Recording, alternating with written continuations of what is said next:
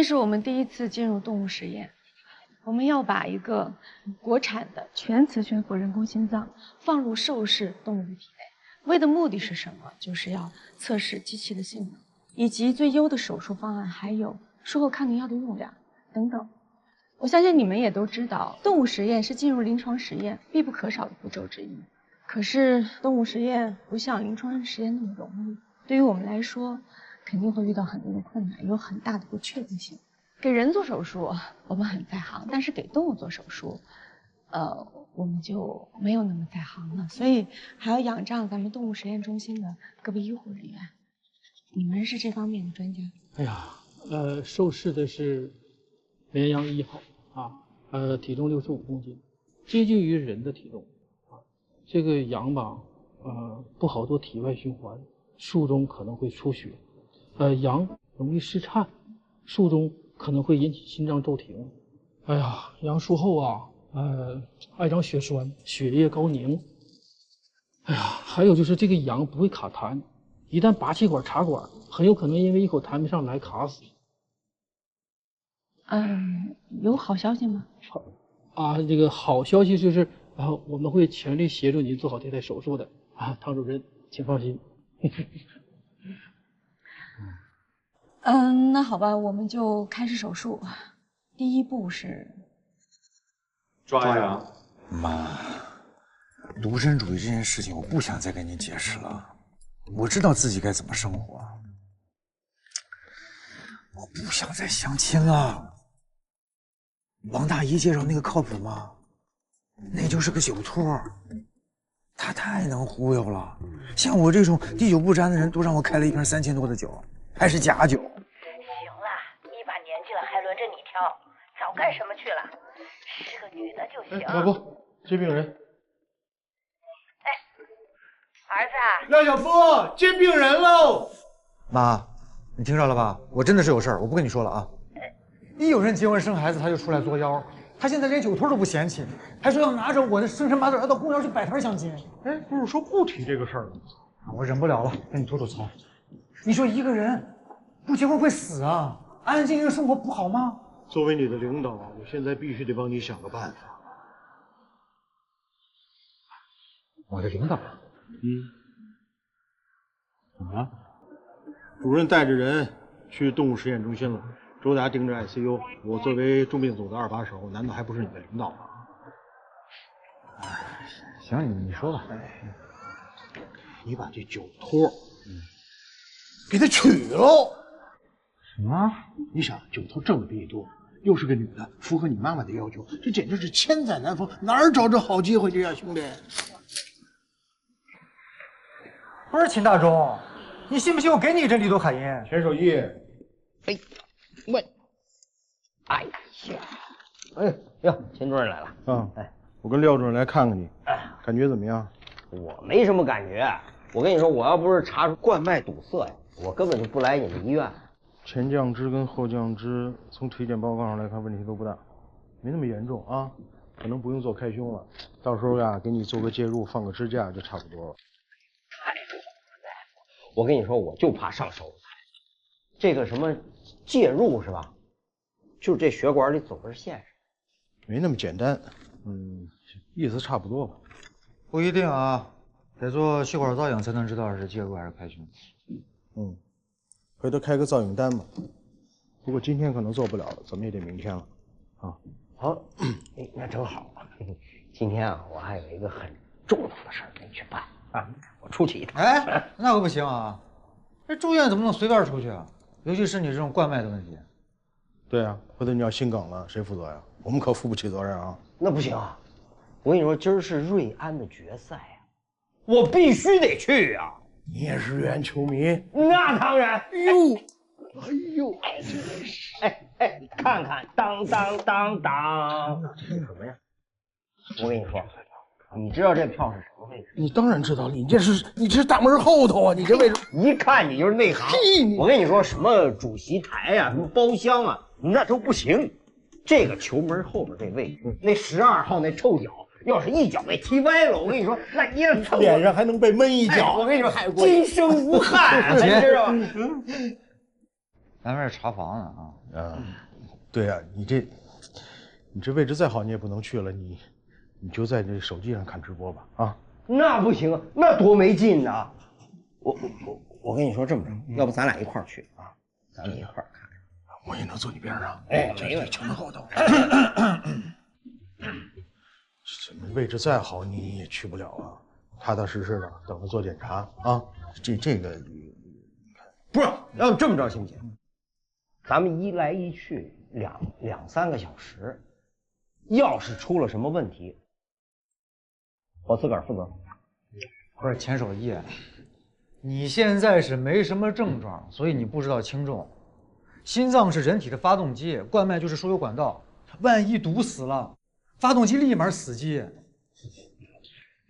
你现在体重已经超标了，除了冠心病，还有糖尿病、高血压，这都非常严重，你知不知道？不是，你们这些医生啊，就知道吓唬我们。我跟你说，我胖点怎么了？我胖点我有福气。守义，人家廖主任说的对。我跟你说，他们大夫，你们大夫就知道吓唬你呀，就踏踏实实的在院里等着检查啊。这个，你看，这也别浪费了啊。好好休息啊，别老想着出去了。王主任，有电话找您，您最好接一下。现在吗？对。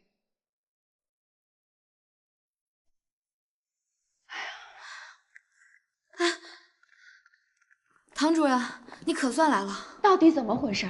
我那边已经开始要手术了，跟我说啊，协议还没签，合约不是早就签过了吗？协议是早就签了，但是这边协议规定了，第一次动物实验和临床实验的时候，必须安心那边再给一个授权书，现在就差这一步了。然后我们处长和王工程师他们俩谈不拢，哎呀，现在也没办法了。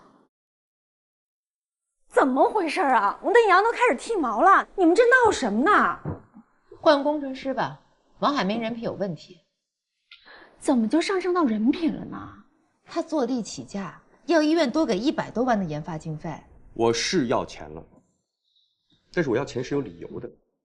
你把我们安排在那个羊圈里面工作，哎，那是我们医院的动物研究中心，全是味儿。还有那个上下水和通风管路，一个星期要坏3次。我正好看见附近有一个写字楼在出租。他做梦，想什么呢？你总得给我点筹码吧，好让我去谈谈吧。欧阳，我跟你说，他手上有缩小的样机，你现在把他放出去，各大器械公司都会抢他的。我们安和医院需要王海明。那你跟他说，给他改善后勤。我已经忍了很久了，我现在忍无可忍，我忍无可忍了。他无非就是觉得后勤的管理人不行，那除非换个人给他管理。换谁呢？实在不行，我来吧。医务处承包他们所有的杂物。这话不是他说的，是他说的。他说你太辛苦了，王工，研究世界先进的医疗器械非常了不起，而且其实他还很崇拜你。这话就更离谱了。他平时对我那么冷淡，谈何崇拜？王海明，欧阳这个人，他是外冷内热，他心里面其实还是很仰慕你的。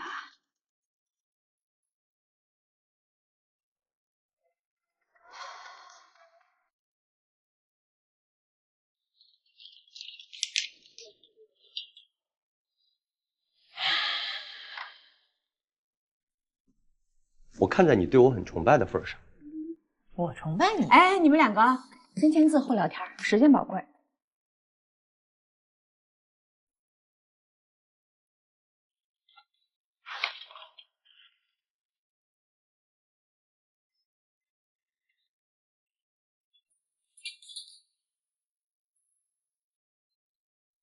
哎，李英，你怎么在这儿？我可不是来找你的，叶主任，你别自作多情啊。瞧你说的，我不是这意思。你是来采访的吧？啊，我在等我们主编信呢。那什么，我先不跟你说了，我还要看资料，你也去忙吧啊。行，那你有什么需要帮忙的，随时跟我说。我走了。哎，15床，这是医生给你开的。15床，钱守义。在，哎，我上厕所呢。这个是那个廖主任给你开的开塞露，不是说便秘吗？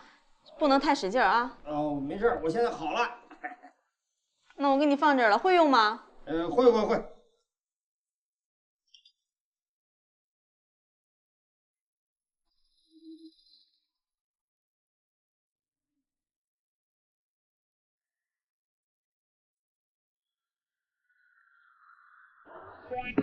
主任，那个手术有消息了吗？做什么呀？龙龙说手续又出问题了，都还没动呢。没动呢。廖主任，15床不见了。什么叫不见了？我给他送开塞露，然后我怕他不会用，我就回去看他。过一会儿就没有人了，打电话也不接，屋里没人。多长时间的事儿啊？也就10分钟左右。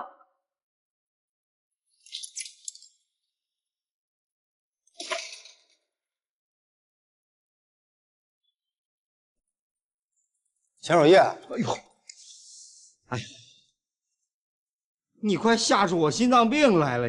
你本来就有心脏病，不是跟你说了吗？不准擅自离院，跟我回去。我回去，那秦主任怎么办？秦主任，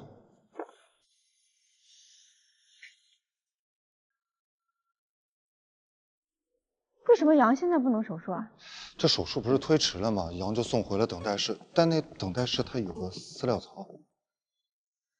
什么意思？你是说一只手术前进食进水的羊吃草了？主任，你别激动啊，这羊到底吃没吃草，饲养员还在确认。那个，我让百列在那儿盯着了。不过主任，这羊是反刍动物，如果它真的吃了，这时间上可能……唐主任，唐主任，还记得我吗？医疗世界周刊的记者黎英。我知道你们现在要做人工心脏的第一次动物实验了，所以我们主编跟刘副院长打好了招呼，让我来全程采访。你先去忙吧。李记者，我记得我曾经跟你说过，我现在不太想接受采访，因为我们人工心脏现在处于前期研发阶段，我不希望每个阶段都进行采访，这样会影响我工程师的工作。希望你能谅解。可是这个采访是刘副院长安排的，他可是你的顶头上司。如果是关于医疗方面的问题，我相信我肯定会尊重刘副院长的意见。但是采访不是我本职的工作，我不想做就可以不做。唐主任，你真的是挺任性的啊！什么事情都是自己想做就做，不想做就不做，一点都不考虑别人。你这个人挺有意思的。你什么意思呢？我的意思是，你明明有老公，却隐瞒婚事，和别的男人搞暧昧，甚至不惜伤害别人。其实像唐主任这样的人，我也不是很想采访，但是没办法，这是我的工作。你这个记者还真挺有意思的。谁告诉你这些的？我一个在医院的朋友告诉我。看来唐医生是不愿意告诉我回国真正的原因。我知道你是刘峰的前女友。这句话我在其他人那儿也听说过。我真的很好奇，你们的这位所谓医院的朋友到底是谁？这我不能告诉你，反正你也不认识。那我也没有什么跟你说的，我要去工作。唐佳宇，我告诉你，这个采访能不能成，我根本不在乎，这对我来说就是一份工作而已。但是今天我来，我是想告诉你，你不要再伤害叶一鸣了，你和他根本不合适。虽然反正没有人比我更了解他，所以我希望你离他远一点。李记者，刚才你也说过我这个人很任性，连刘副院长的指示我都可以不执行，你的希望我会放在心上。你一点廉耻心都没有。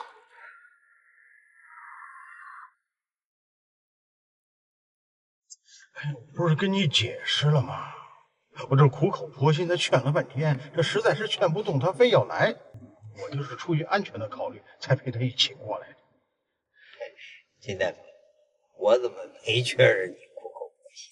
哎，穿帮了吧？我还不了解你，你就是自己想去。我告诉你，幸亏是我发现了，要不然指不定惹出什么乱子来。我也跟着一块儿来了。我那是为了他的安全，我是给你兜底呢，明白吗？行了吧，行了吧。哎呀，你呀，是你妈妈让你下班之后去相亲，你不想去，说下了班之后还要再加班，对不对？这刚才我都听见了。行了，既然都来了，咱也不干别的去，看完球直接回去啊。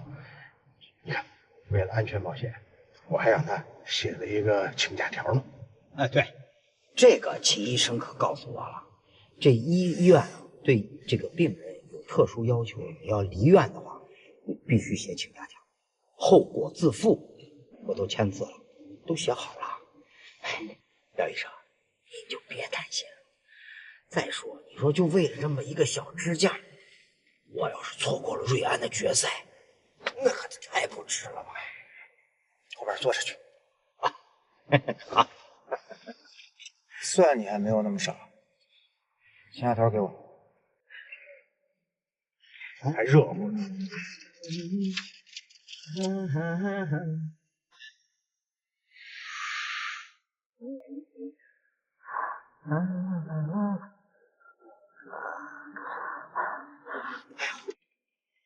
憋得慌啊！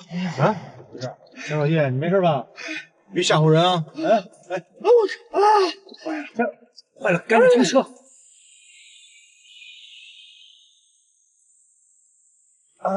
田老叶，没事吧？怎么了？怎么了？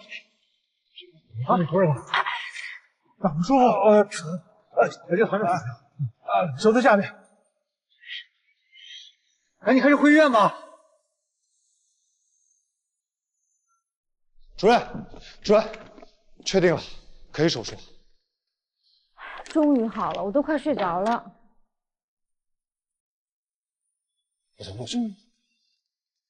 秦大忠，本来是什么症状都没有，可谁想到就这么顺，偏偏在车上，这谁想得到啊？好在是心绞痛，不是心肌梗死。还好在啊。我的意思是说，这是不幸中的万幸啊！就是因为这件事，才让他重新抽了血，重新做了冠脉造影，才发现他比实际情况要严重的多呀，才确定不做介入，做这个开胸做搭桥。这事儿也不怪赖小波，是我答应他离开医院。算你有良心，没都推到我身上。我是那么不讲义气的人吗？本来就是你先松的口，要不他出得去吗？那你不也跟着去了吗？都什么时候了，你们俩还有脸吵架呀？请假条写了吧？自愿离院，后果自负。这本来是写了，不过什么？那个假条是写了的，就是他在车里犯病了，然后我们俩去下车去看他，然后我随身带着硝酸甘油呢，我就给他含上了，他当时胸痛就缓解了，然后我们就一路直奔造影室，就把假条丢了。后来这个钱守义就死活不承认，说是我没跟他说清楚，他才离开医院的，让医院赔他损失，还怎么也不承认说自己写过请假条。你说这样的病人他有良心吗？有没有良心我不知道，你们俩是真没有脑，就算是有，也被福尔马林泡过了。我去跟他说，你在这等着，别动。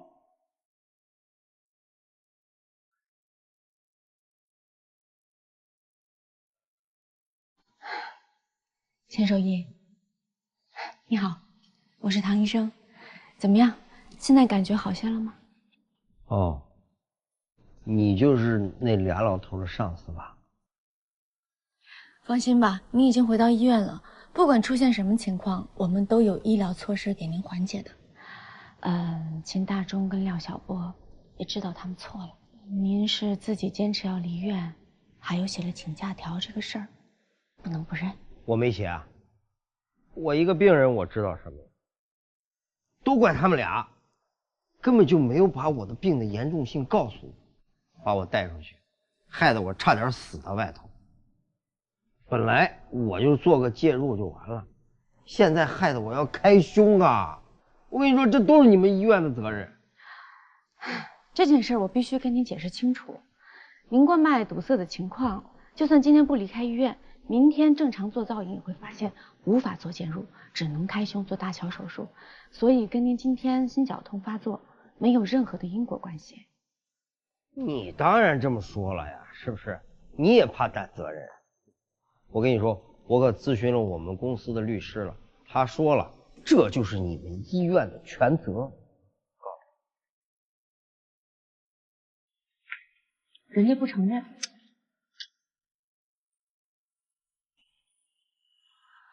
喂，刘峰。啊，我知道，我马上过来。刘副院长已经知道，钱守义的律师已经给他打电话。你们两个，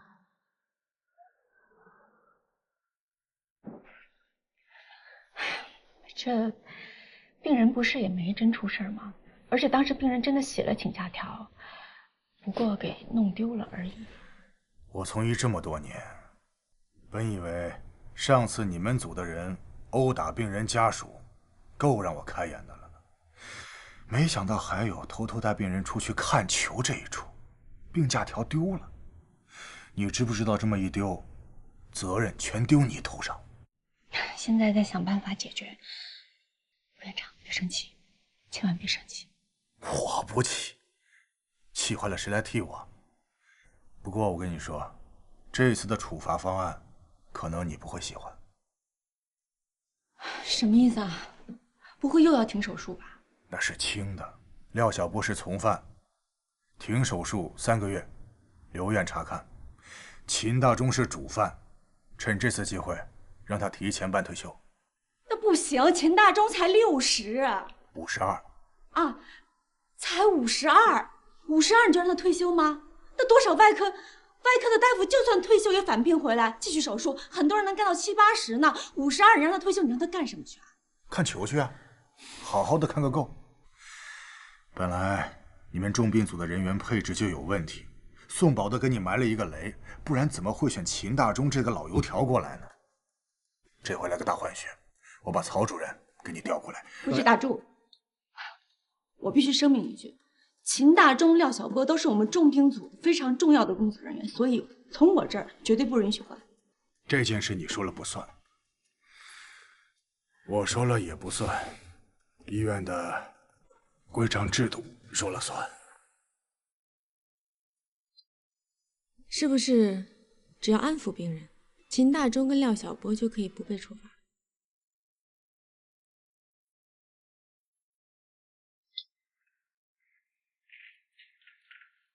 怎么处理的？小波是停手术3个月。啊？你是提前退休。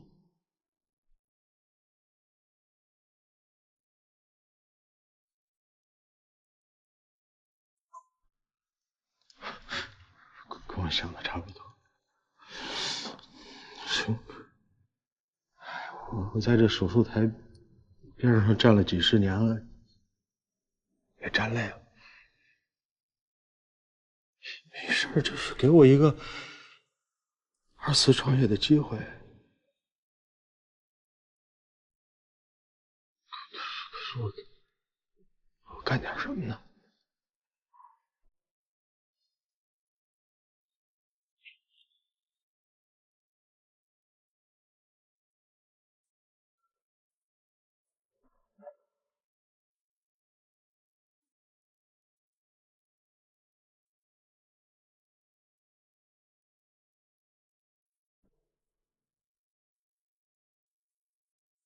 唐主任，叶主任，你怎么在这儿啊？怎么不上去啊？哦，赵继安从酒店搬回来了。哦，那你没什么事吧？遇到点事儿。如果解决不了的话，周明祖可能要换人。什么事儿啊？这么严重？叶主任，你说怎么样能安抚一个病人？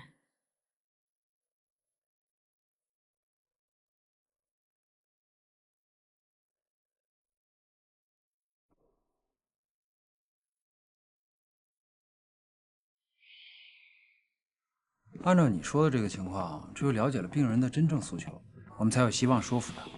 什么诉求？虽然他不承认他自己写了请假条不地道，但是你想想，这毕竟是他第一次心绞痛发作。教科书是怎么描述心绞痛的？胸前区的压榨感，窒息性的疼痛，偶尔伴有濒死感。我觉得面对死亡，他一定很恐惧。那也就是说，他的最大诉求就是活得更久、更安全。对，谁又不是呢？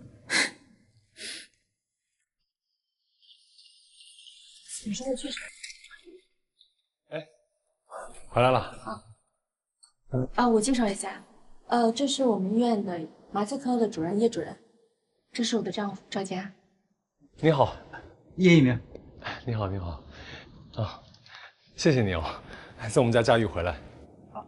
不是，你可能误会了，我家就住隔壁。哦，真巧。以后你们有什么需要帮忙的，随时叫我。好呀。那我们先回去了。哎，那行，我也回去啊，拜拜，再见，再见。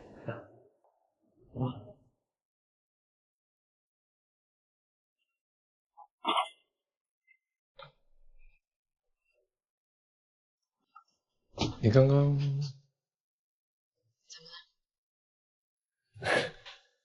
没什么，我就想问你刚刚吃了没有？如果没吃的话，我买了点外卖，一块吃吧。我去换衣服。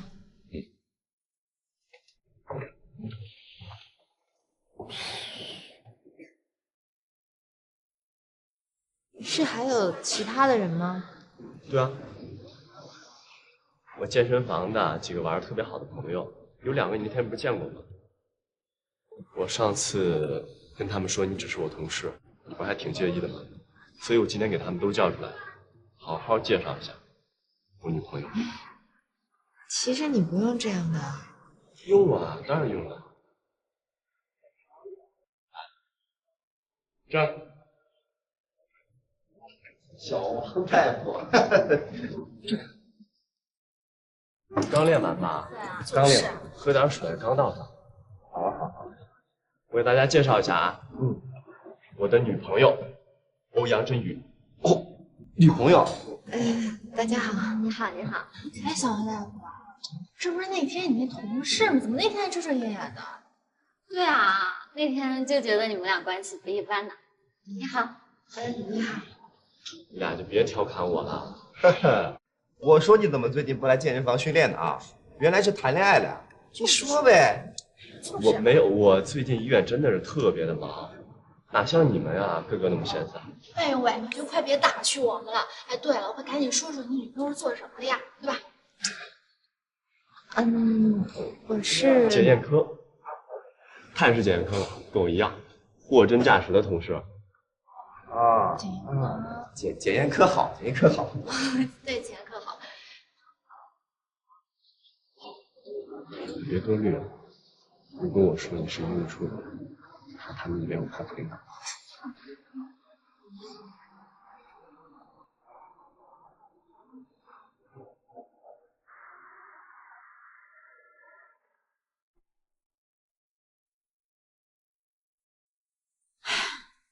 这么早啊？那个主任，你来了。他们都还没到呢。我想到个办法。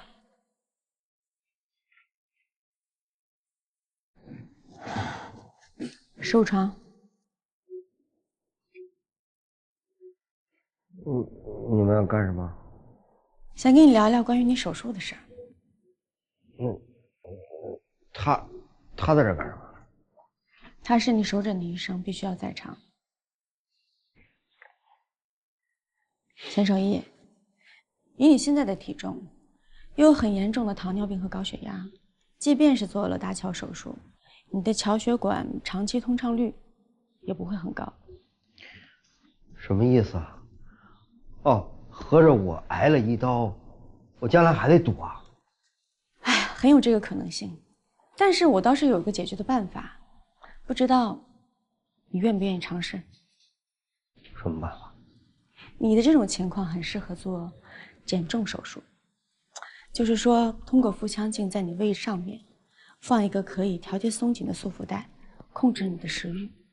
这样的话，你的体重会降下来，体重恢复正常，血压跟血脂也有望恢复正常。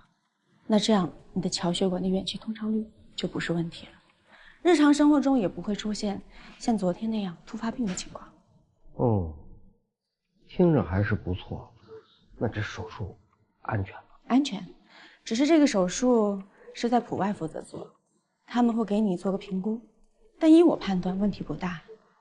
也就是说，虽然你来做的是心脏手术，但是同时把肥也减了，是不是一举两得？嗯，谢谢你啊，替我考虑的还挺周到。我话还没说完，我相信你也很清楚，昨天你到底有没有写请假条，还有是不是你自己自动离院的，你心里比任何人都清楚。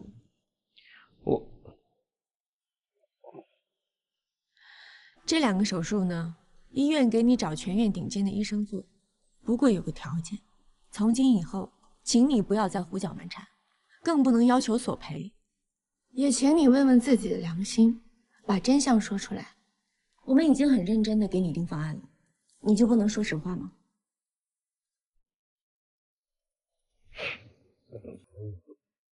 那我也有2个条件。所以这台搭桥，秦大中、廖晓波不能上，又是一台免费的手术，不知道大家……我上吧，帮老秦擦屁股。我也上，只要是手术，对我来说都是锻炼。术后 ICU 我负责。谢谢啊，谢谢大家。不过有一个问题，就是减重手术不太好办。为什么不好办？你说呀。咱们院能做减重手术的只有乔主任跟李主任。我去问了一下，乔主任出差了，得下周才能回来。那个李主任，就是老秦的第2任前妻，以前是李主任的女朋友。没错，这事儿我记得。当年老李为了这件事儿，差点上来跟老秦决斗。这别提这事儿了。我早知道这样，当初就把那女的让给李主任了。还结什么婚？结了婚也得离，这多麻烦呀，离来离去的。不是主任，这事儿他怎么办呀？你说你怎么办？去求人呗。这事儿我先说明一下啊，手术之前这件事最好不要乱说，本来就不是什么给咱们重病组长脸的事儿，明白吗？明白，明白。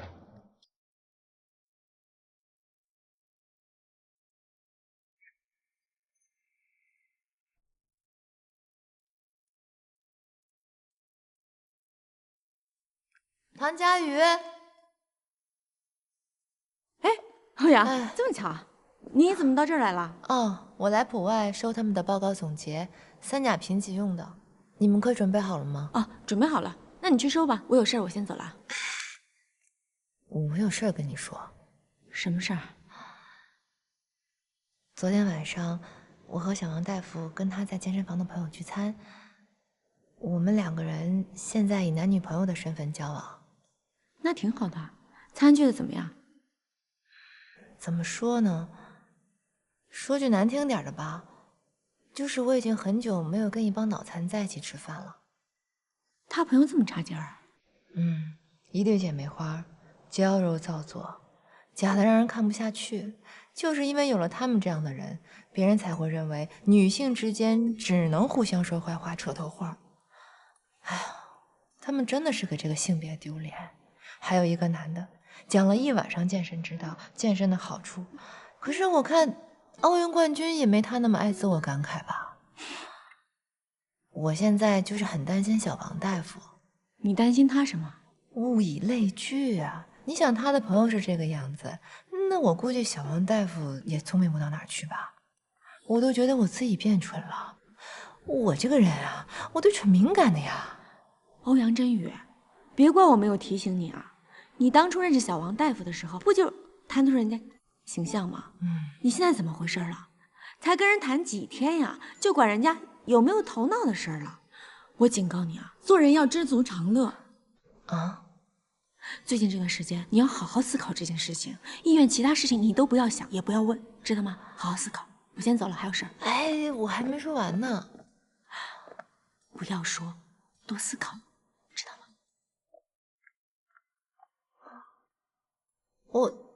我思考什么呢？呀，叶主任，你怎么也到普外了？找李主任啊？放心吧，免费做减重手术的事儿，他已经答应了。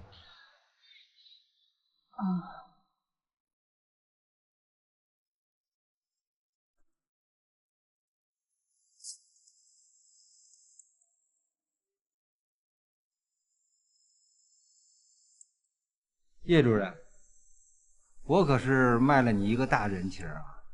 啊，谢谢你，李主任。别客气，给心外的人打电话，我这边要完事儿了，叫他们准备上台。好的。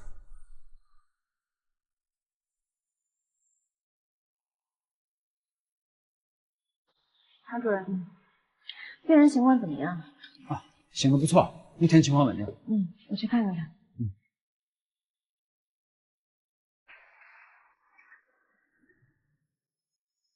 唐主任，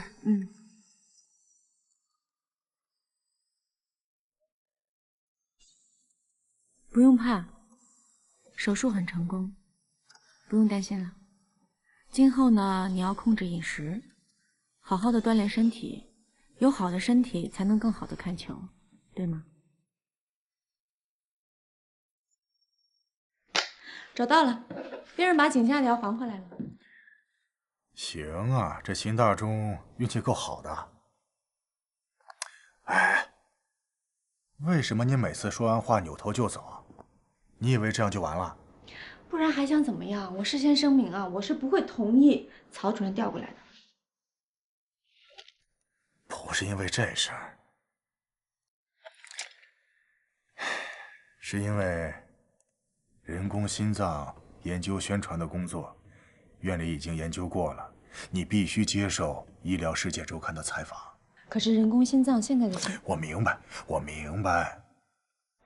在研发成功之前，你不想过多的被采访，会影响王海明和团队的节奏。所以啊，我和周刊的主编商量过了，可以派一个人追踪采访。等研发成功了，到时候可以做一个全面的、完整的报道。这个条件已经很好了，我没办法拒绝。佳玉，你就当帮我一个忙，等下次李记者来了，你配合一点。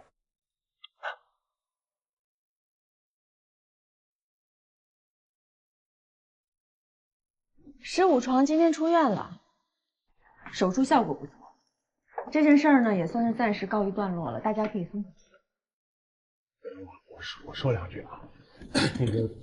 通过这个事儿呢，我跟小波充分体会到了大家的热情和咱们这个小集体的温暖，所以呢，为了表示对大家的感谢，我们俩为大家比个心吧。哎，你们两个不会天真的以为给大伙比个心，我们就放过你了？那还怎么样啊，主任？你要干啥呀？这个手术耗材的钱是你们垫的，但是人工费我们都免了。哎呀，都是朋友，大家都是一个 team 的。不停跳搭桥，那很困难。那相当的困难，累都累死。那不是兄弟吗？大家都是一家人嘛，是不是？朋友。哎，蒋百烈到，上连接。啊，就等您一声令下。发过去了啊，在群里。我天，在群里啊。我这人这么多呀？里面所有的零食是我的。其他人说说你的需求。跑步机1台卸了，电子琴1台卸了，我这便宜啊，观影 VIP 年卡1张。你还有时间看电视剧？当然说你也用我账啊，真的吗？哎，链接里面最贵的化妆品不是我们的啊，吴外科李主任送给他现在老婆的。他早晚还得离。主任，我是他是主犯，我从犯，能打个折啊？打什么折呀？哎，还有，田守一出院之前送给我们的那几期。哦，对了，这真是人生处处有惊喜啊！展示你。当当当当！从今以后，这面锦旗就放在秦大征书桌旁边，让他早起晚归都能看见，好鞭策。好吧。没问题。老秦，辛苦了。行了，收心吧，准备干正事。哦。早点干正事。老秦，走了。VIP。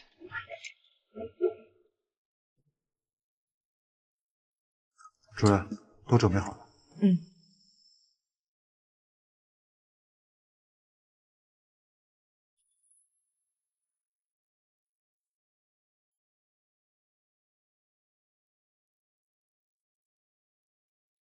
进来。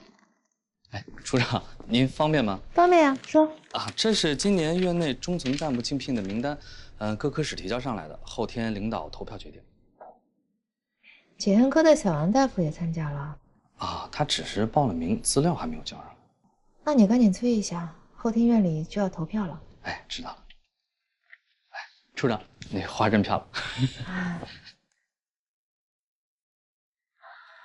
病人陈小雨5岁半，是一个永存动脉干患者，分型为2型。江百烈，考你，什么是永存动脉干？永存动脉干，永存动脉干是一种先天的大血管畸形，患者在胎儿时期由于胚胎发育有缺陷，导致他原始的动脉干没有分为主动脉跟肺动脉，且只有一组半月斑跨于2心室之上。这样的情况虽然少见，但是一旦发生不做手术的话，死亡率还是很高的。精神点了吗？不困。不过主任，为了避免肺动脉高压，最佳的手术时机是出生后的6个月内。这孩子都5岁多，还能手术？这得问叶主任啊，病人是他介绍的。一鸣，你哪儿捡这么一病人？门诊大厅啊。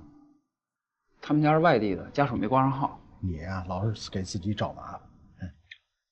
您要是这么说的话，那以后我是不是就不帮你跟李主任求情了？你做这是好事儿，这个将来好事儿有好报，对吧？继续努力。病人出生没多久就已经确诊，那个时候治还可能痊愈，可是现在已经5岁多了，我想现在早就是肺动脉高压了。可是肺血管病变到什么程度才会被列为绝对手术禁忌症？这一直是有分歧的。我最近查了一篇文章，如果肺血管阻力小于15误的 ，QPQS 大于1.25，对吸氧实验有反应，就可以成为手术指征。师兄，你这快把我们心外的活儿都抢了。班门弄斧，这不刚好看见了吗？就给大家做一参考。江百烈，给病人开 CT、超声。右心导管检查。对了，还有造影，尽快做。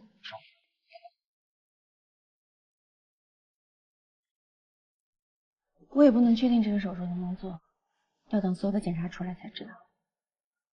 你能收这个病人，我就很满足了。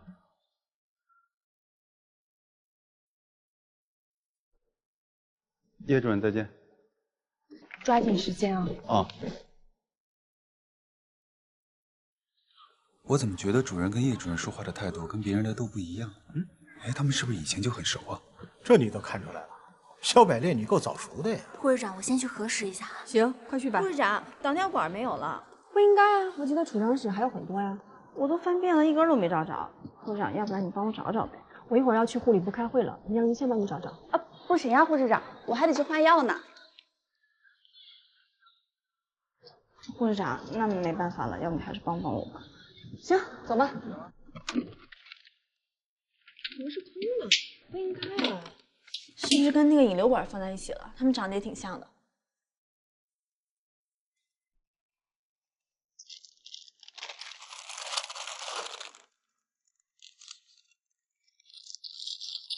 用是，这个是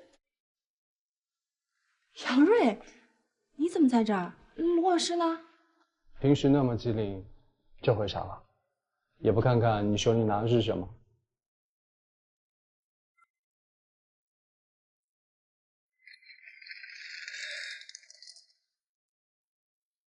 吴明明小姐，未来的人生，我还想这么和你腻在一起，不知道你能不能愿意赏脸嫁给我？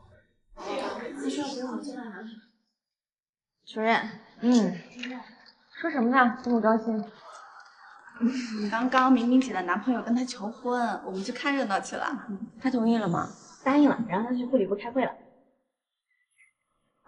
护士长都去开会了，你们3个还在这干嘛呢？工作。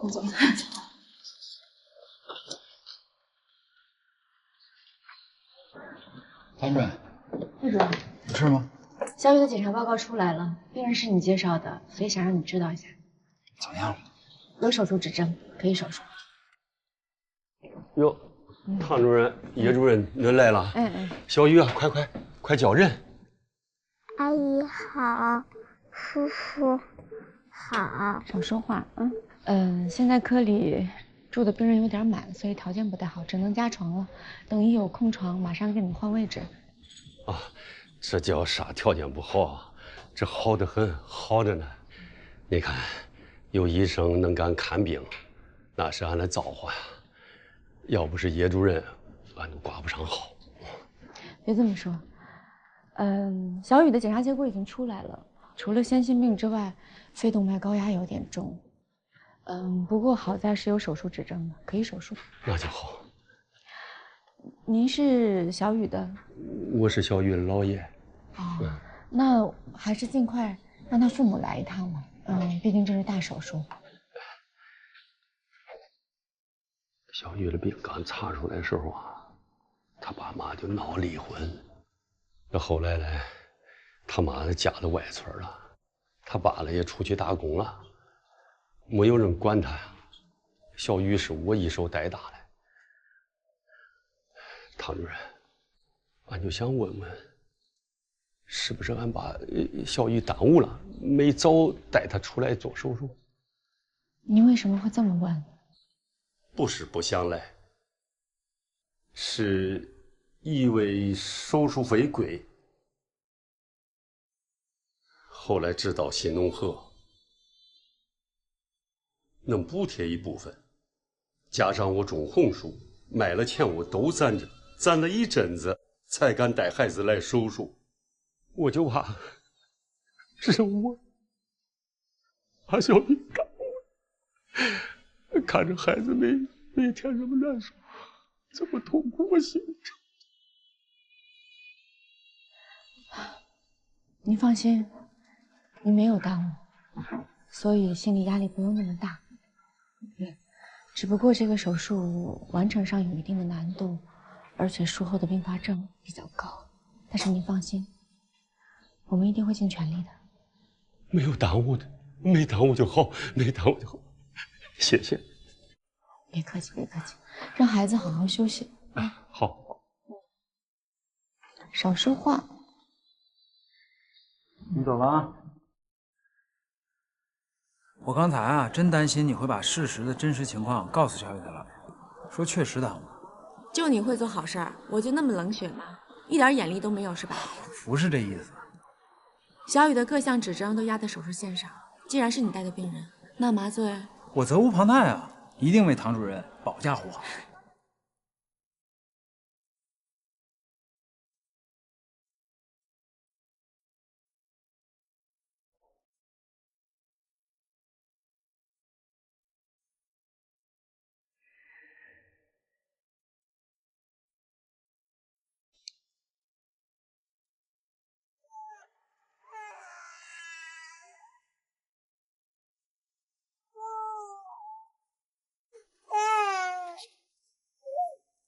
有人吗？谁的孩子啊？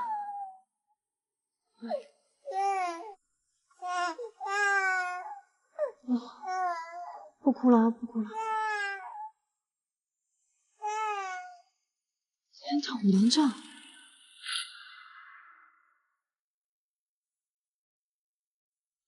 王警官，我吴敏敏，昨天的案子有进展了吗？那如果有消息的话，麻烦你告诉我一声。好，谢谢你啊。怎么样，护士长？王警官说找到那婴儿父母的下落了吗？说医院的监控只拍到扔孩子那个人背影，是个女的，但具体这身份还要调查。连自己的亲生骨肉都扔，那也太狠心了吧！王警官也说了，这是犯了遗弃罪，要抓到的话，可能会判刑的。那他们是活该。可怜的是那孩子，新生儿科的护士打电话说那个孩子特别爱哭，昨天晚上闹了一晚上。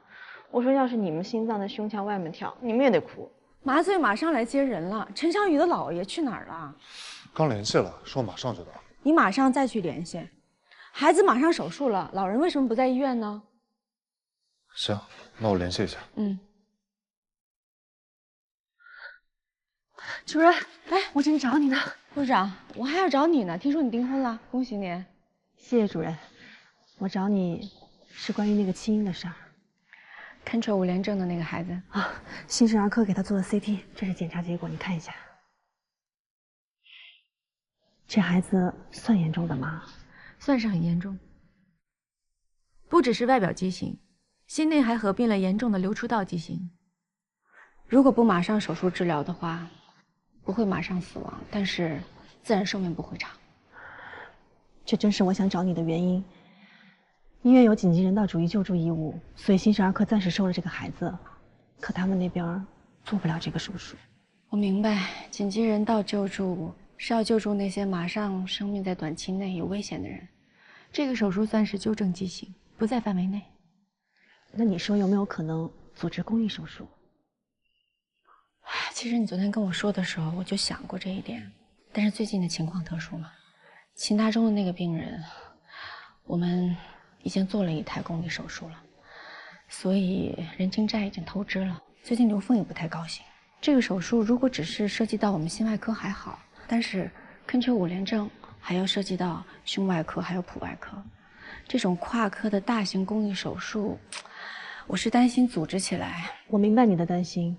我也知道难度的确不小，如果您不反对的话，我还是想试一试。敏敏，主任，你笑什么呀？如果你不想试，我才觉得意外呢。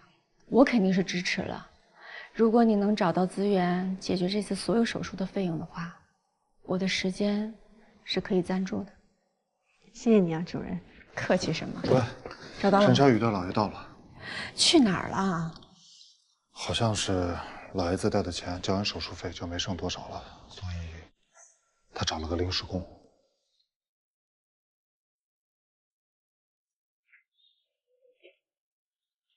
哟，对不起啊，唐主任，俺来晚了。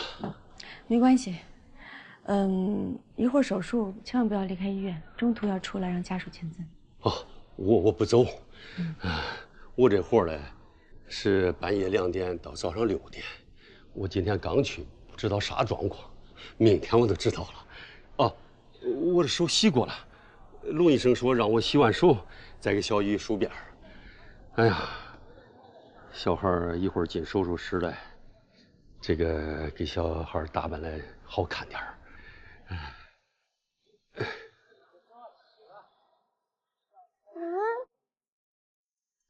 大人梳的辫子最好看，是不是？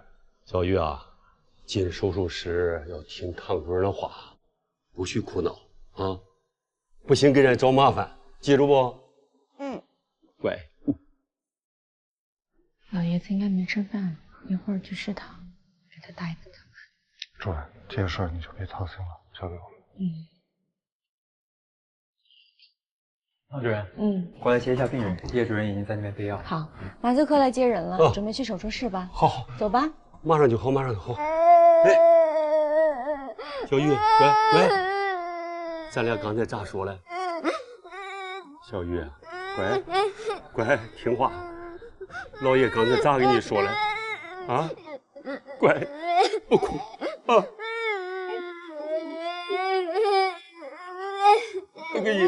给老爷养老啊，再坚强点啊！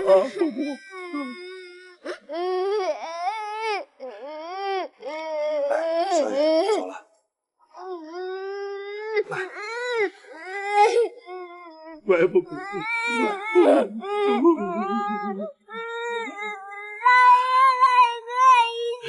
小朋友，这个娃娃是不能带进去的，得给老爷拿着啊。不哭啊！不哭！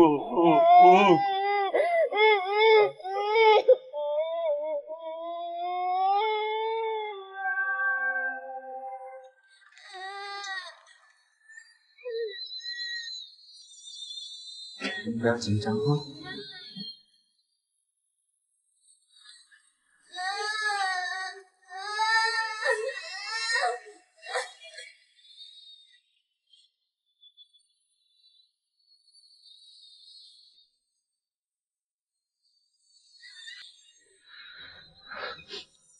唐主任，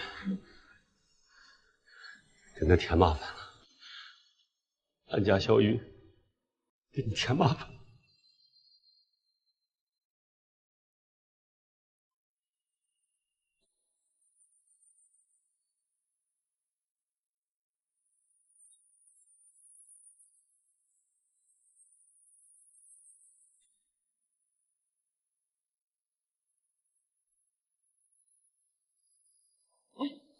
你好，宋主任，您现在时间方便吗？想耽误你几分钟？找我有事啊？是这样的，我呢捡到了一个弃婴。哦，这个我知道，就是康特5联症那，怎么了？我想试着组织一场公益手术，普外和胸外的主任都有意参加，我们科的唐主任也愿意帮忙。主要现在手术费用的问题没法解决，咱们科不就你和各大救助基金的人熟嘛，所以你看你要是方便的话，能不能帮我打个电话？副指导，咱们是医务工作者，本着人道主义的精神，参加公益手术自然是责无旁贷。主任，病人心衰加重了，我打给移植中心问了，还是没有供体。不是刚才对药物反应不错吗？哎，宋主任，将左右肺动脉开口连同相连的动脉干壁一起切下来，缺损在这里，可以直接缝。但我今天用了补片修补，主要是保险，一定要缝严密，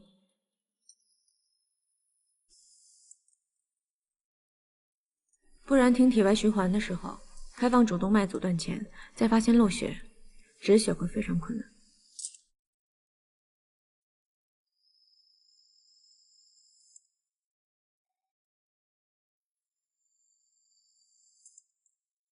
血氧有点波动，我在控制，你继续手术。好。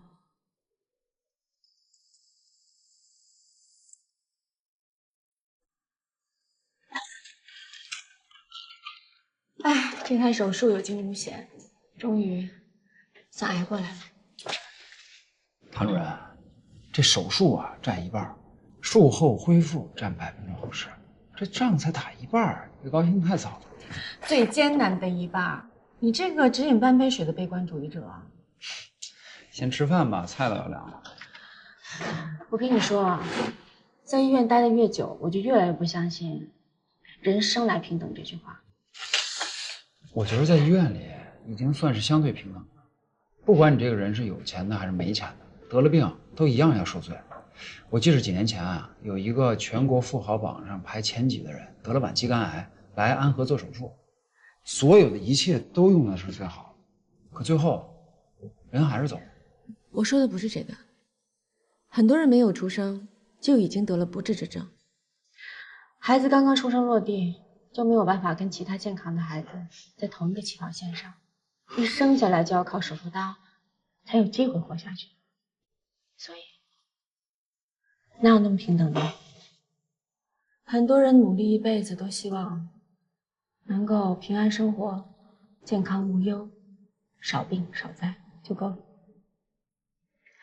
不过今天能完成陈小雨这台手术，我真的挺开心的。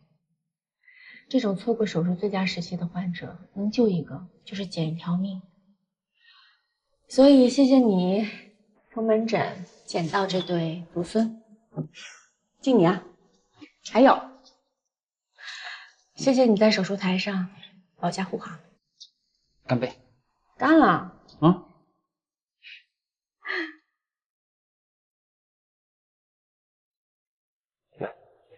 你真是笨哦。笨笨的不挺好的？我就喜欢笨笨的，不然怎么出现的作用啊？三手拉线，前手推弓，别紧张。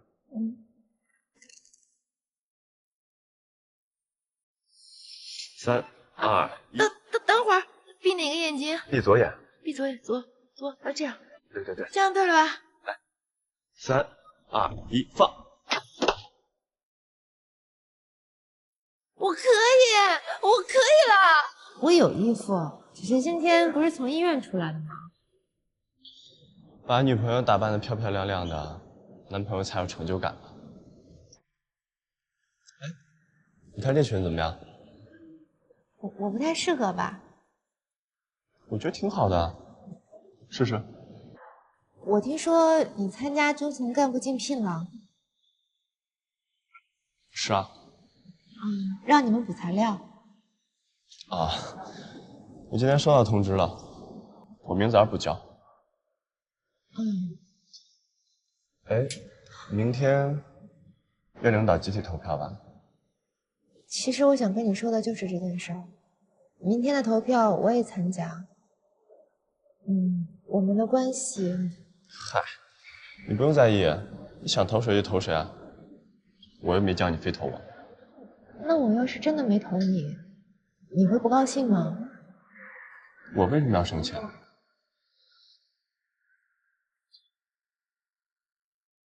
而且，我也想靠自己的实力竞聘上岗。我相信我有这个能力。没想到你有这么好的心态，那我就放心了。今年的竞聘很激烈。是吗？我快过生日了，反正我今年的生日愿望就是竞聘上科室的副主任。啊，你刚才不还说你不在意吗？哪有人不在意自己的前程的？你好，看看这几件有喜欢的吗？必须得是监护人申请吗？好的，谢谢啊。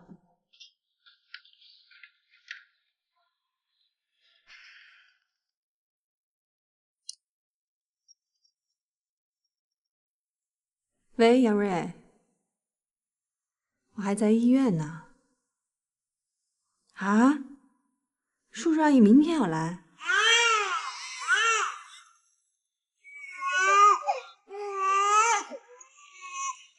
姐，你看这孩子哭的不停，有点难受。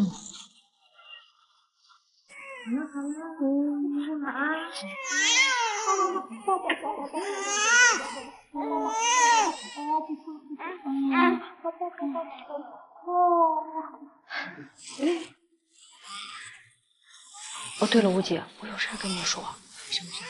这医院捡了孩子的事儿，妇科跟产科不都传遍了吗？今天产科来了个护工，说可能知道孩子的妈妈是谁。是谁啊？上周东边大桥下来了一个疯疯癫癫的女人，那女人来的时候就怀孕了，然后自己还把孩子给生下来了。护工说他见过那孩子，孩子肚子上有个包。哎，你好，王警官，不好意思啊，这么晚打扰你了。是这样，关于上次弃医母亲的事儿，我有个很重要的线索想跟你反映一下。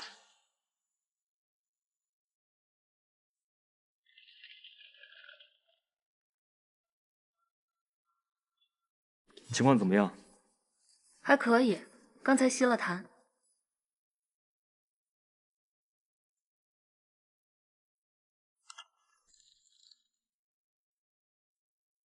不好，是非动脉高压危象，把氧浓度调到100%。好，准备一氧化氮，来半支前列地尔。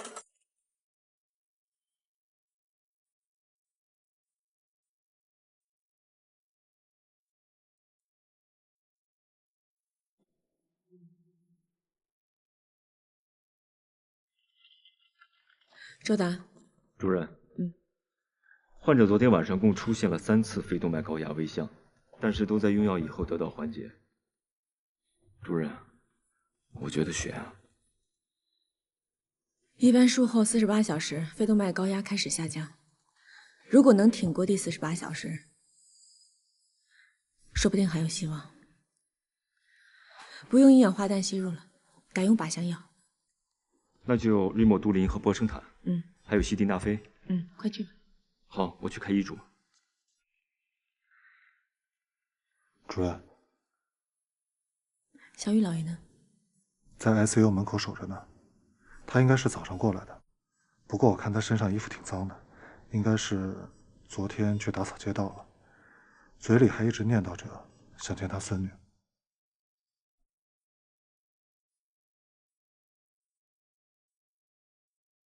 哎，陆医生，咋样？小雨好点没有啊？啊，能让我见见他不？现在进不了 ICU， 而且现在的情况还不算稳定。那能把这个娃娃给他带进去不？他从来没离开过身，他看见娃娃他高兴啊。这个娃娃他进不了 ICU。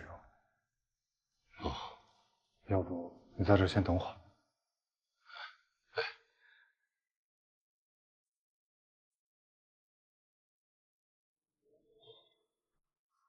老爷子，你跟我来。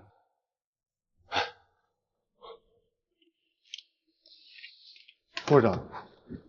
怎么了，龙医生？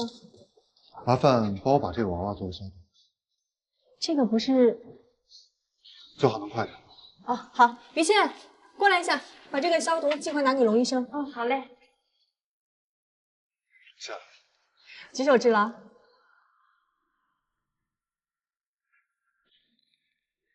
护士长，我听说你今天要见未来公公婆婆，查完房子还不走，在这干耗着干嘛呢？我都不急，你急什么呀？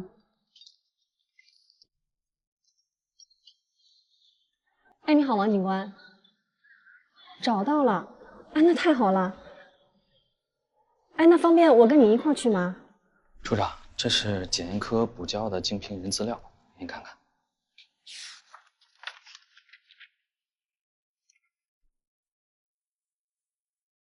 就这些啊？那论文或者是科研成果什么的？你也觉得这王光奇怪吧？论这资历，这科室副主任怎么也轮不到他呀。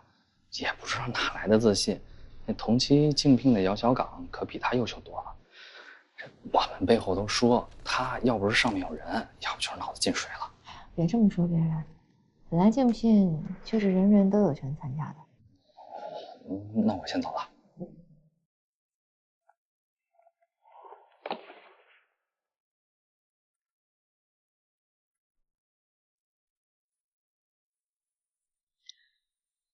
我看一眼。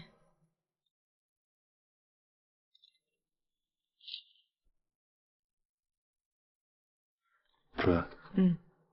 用药之后，肺动脉的情况已经稳定了。现在孩子也醒了，我在想。你在想让老爷子进来？对。如果能闯过这一关，病人跟家属见一面，也能够稳定一下情绪。如果真的闯不过去的话，主任，我已经让老爷子穿好了一次性的无菌衣，现在人就在门口等着呢，随时可以进来。你已经想到了？去吧。好。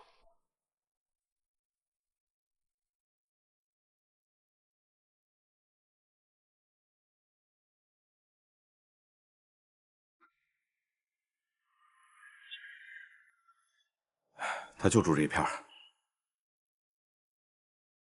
那这个女的是谁？她为什么要遗弃孩子？孩子的父亲又是谁？还不知道。这个女人有精神分裂症，在救助站进进出出的好几回了，每次进去就犯病，非要往外跑，谁都拦不住。上回到救助站的时候就已经怀孕了。唉，也不知道孩子的父亲是谁。救助站的人怀疑他遭受了性侵，就报了案。我们问他，他什么也不说，也没查出来，只好是不了了之了。这回是又偷跑出来，就是住附近，还自己生了孩子。他在那儿呢。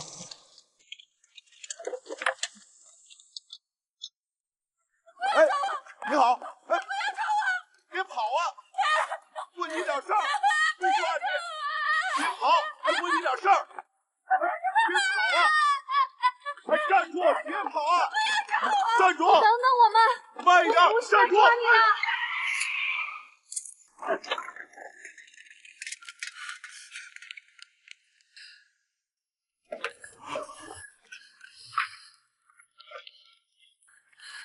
你看的车，车是我开的，我真不是故意的，他窜出来了。你能听到我说话吗？王警官，快打120！喂，120吗？东区公园旁边发生一起车祸，请你们马上过来。我看到你把孩子抱走，我才走的。一户同道，一户同道。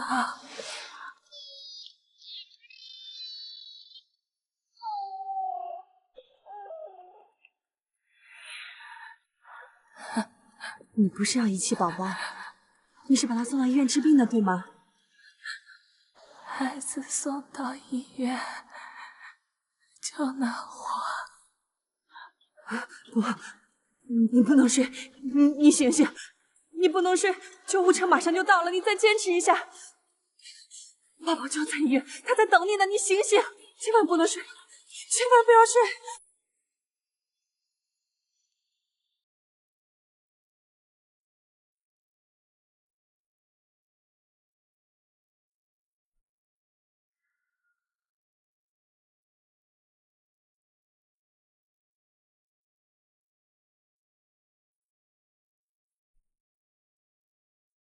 小玉，老爷来看你了，娃娃也给你带来了，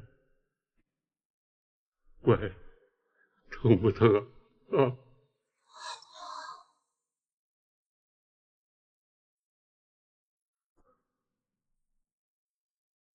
老爷早点来带你做手术就好了，早点来就好了。老爷知道，老爷明白，你乖乖的听话啊。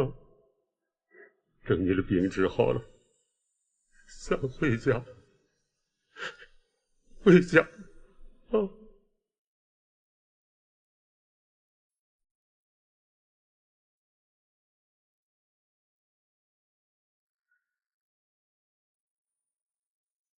老爷子，快出去了。哦，老爷去外边等你呢。等你好了，老爷接你回家。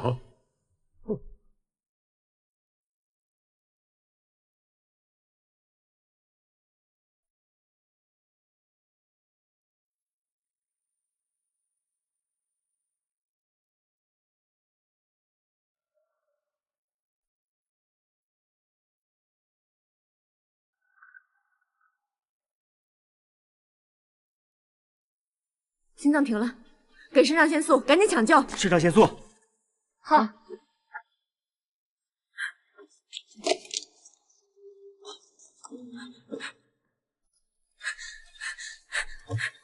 出站。这儿。192。通电。150.2。通电。再来。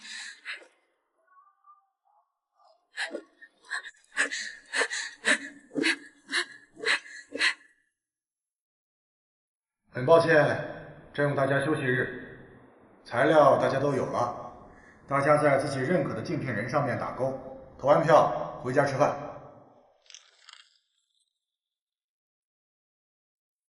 我快过生日了，反正我今年的生日愿望就是竞聘上科室的副主任。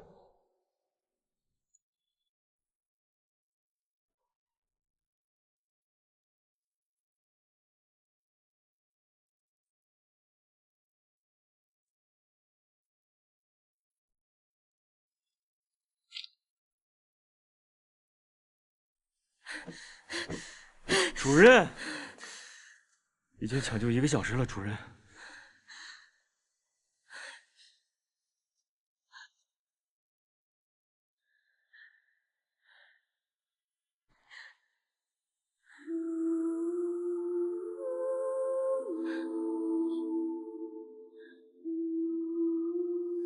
死亡时间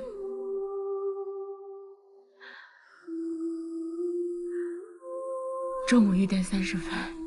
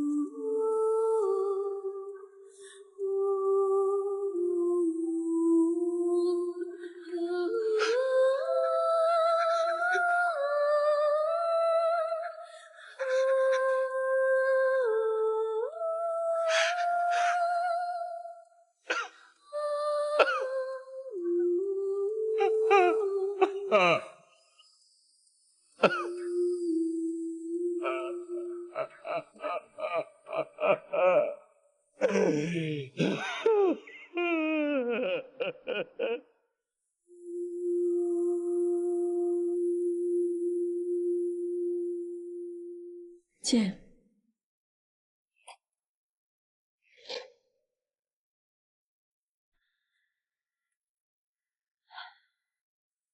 怎么了，主任？那个青的母亲已经找到了。是吗？那警察把他带到医院了吗？怎么说？他刚出了车祸，已经宣布脑死亡了。我们把他带到医院进行抢救，还给他做了 CT。在检查中发现，他以前手臂骨折过，骨头上打过钢钉。王警官说，只有查出他的身份，才能安置那个孩子。每个钢钉序列号都是独一无二的，能够查到他之前是在哪家医院做的手术。都查到了。他叫李小晴，上过大学，毕业前不久得了精神分裂症，还住过精神病院。出院后不久就离家出走了。那他们家里面还有其他的亲人吗？父母都已经去世了，只有一个舅舅。李小晴在大学的时候登记过器官捐献，捐献的器官有心脏、肝脏、肾脏和肺脏。虽然精神病患者不能捐献器官，但鉴于李小晴登记时还没有发病，所以移植平台那边肯定她的捐献是有效的，并且已经在系统里找到和她匹配的病人。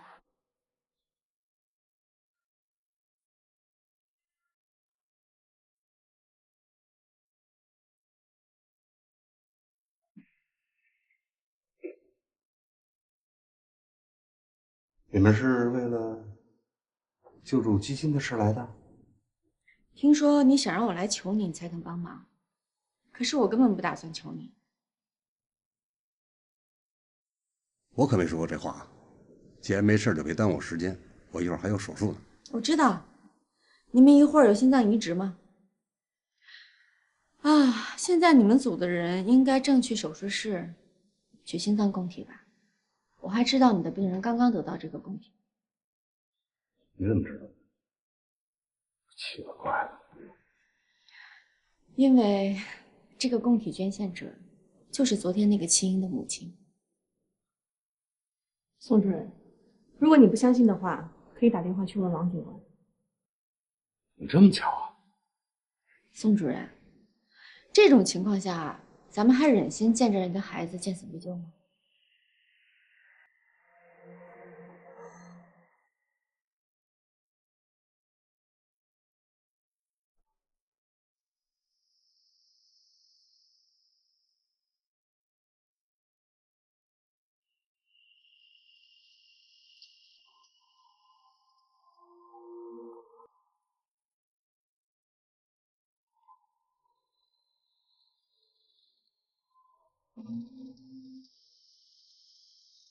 我都听说了，在医院这么多年，我以为不会有什么过生的经历，没想到。李小琴的一生好像注定是为了这个今天觉醒的孩子而准备的。需要多少的巧合，才能促成现在这样的结果？就像我之前说的，因为先天性疾病，很多人一出生就和其他人不在一个起跑线上。这就是医院里的生来不平等。走吧，手术了。今天这台手术汇集了胸外、脯外、麻醉、心外的同事。虽然我知道大家今天站在这儿都是无偿做这场手术，但是我还是想要求大家一下，希望大家能拿出12分的认真对待这一台公益手术。有2个理由，首先，这个孩子出生才1周，还没有名字，可是他已经没有家人了。能够决定他是否活下去的人都在我们这间手术室里。其次，今天在我的手术台上，我已经丢了一个孩子的命，所以我不打算再丢第2个。所以今天这台手术，我拜托大家了，谢谢你们，谢谢大家。病人已经进入麻醉中，可以开始手术了。开始手术。